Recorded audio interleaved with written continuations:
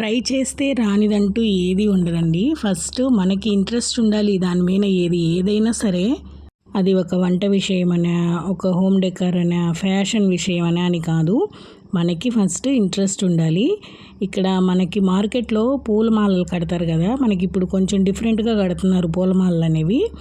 అవి మన ఇంట్లో ఎలాగో ఇది దేవగన్నేరు చెట్టు ఉంది, ఈ పువ్వులతో మనం ఎందుకు ట్రై చేయకూడదు అనిపించింది నాకు.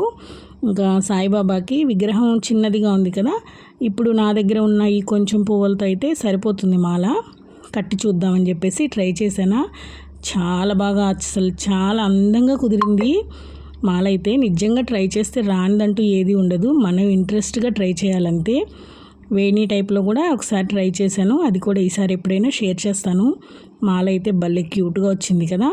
దీంట్లో ఎర్ర పువ్వులు కూడా ఉంటాయి, అవి కూడా మిక్స్ చేస్తే చాలా బాగుంటాయి.